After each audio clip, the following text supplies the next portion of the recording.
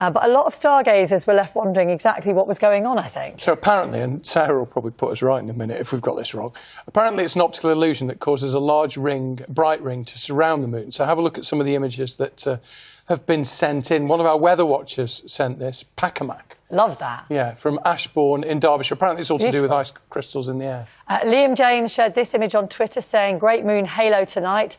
Temperatures dropped to -2 degrees where they were. Martin King described this one as one of the best photographs he's ever taken. Well done, Martin. And this picture was taken by John Threlfall in Wharton. He said, been out to capture the beautiful moon halo tonight.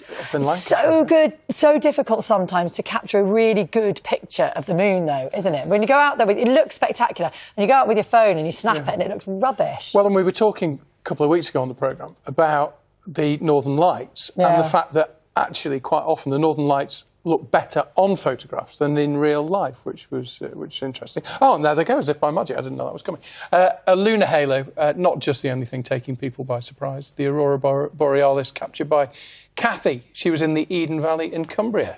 And Tara Pegram shared this one taken over Northumberland. She said it's spectacular. Those colours are phenomenal, beautiful, aren't they? Anyone would think that was a well-planned little segue by me, but that was completely by chance. How lucky. These things just come so naturally to you, Roger. You can't help yourself. Sarah, you've got the lunar ring for us there, the halo. Yeah, absolutely. Yeah, double treat for night owls, sky gazing last night. So yes, this is the lunar halo that we saw last night, really widely, excuse me, across much of England and southern Scotland as well. And you're absolutely right in saying that it is caused by ice crystals. So we've got that really cold air with us at the moment. We've had this thin cirrus cloud that has spread across the sky.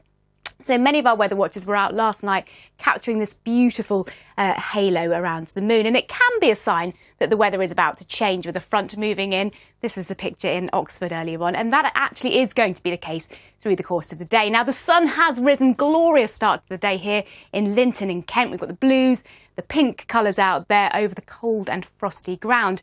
But the cloud that's moving in from the west is going to edge its way eastwards through the course of today, and it will bring some outbreaks of rain, but we won't all be seeing the wet weather.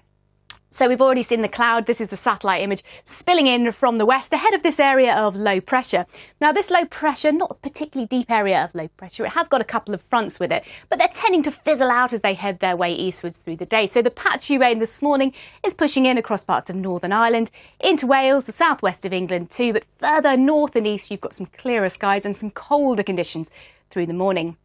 The rainfall only gradually just nudging its way further eastwards, so staying dry for a good part of the day in the north and the east, but quite chilly, only about 4 to 6 degrees. The milder air towards the south and southwest will just nudge those temperatures into double figures, so perhaps 10 in Belfast, 13 or so towards Plymouth today. Into the evening hours, we'll continue to see that rain pushing eastwards across East Anglia, the southeast too, and a bit more wet weather for parts of southern Scotland and Northern Ireland too. Through tonight, though, colder air again shifts in across much of Scotland, so another cold, frosty night to come here. Whereas further south, probably temperatures not quite as low as they were last night because we've got more cloud, breeze and outbreaks of rain around too. But still a cool start, I think, wherever you are. The morning rain across England and Wales will just shift its way gradually towards the south and the east, and then we've got the clearer, colder conditions working in from the north, bringing some scattered showers to the northeast of Scotland, northeast England, bit of a wintry flavour over the very highest ground. Top temperatures between about 7 to 12 degrees tomorrow, so still a touch down on what we'd expect towards the end of November. Moving through into Tuesday, then we're between weather systems, this area of low pressure clearing off towards the east, the wind still coming in from a northerly direction. So they'll bring a few showers on Tuesday, again to the north and east of Scotland, northeast England as well, and we could see a little bit of sleet and perhaps snow over the highest ground. Some rain showers too around some of these Irish Sea coasts, but for most of us, I think a dry day with some wintry sunshine and top temperatures about 4 to 9 degrees. So still feeling cool as we look towards the middle of the week. The cold air mass, the blue colours still with us. Areas of low pressure at times, so just introducing a little bit of milder and wetter weather at times, I think, through the course of next week. But those temperatures will remain below average. So we're looking at between about 4 to 6 degrees roughly for most of us as we head through the second half of next week.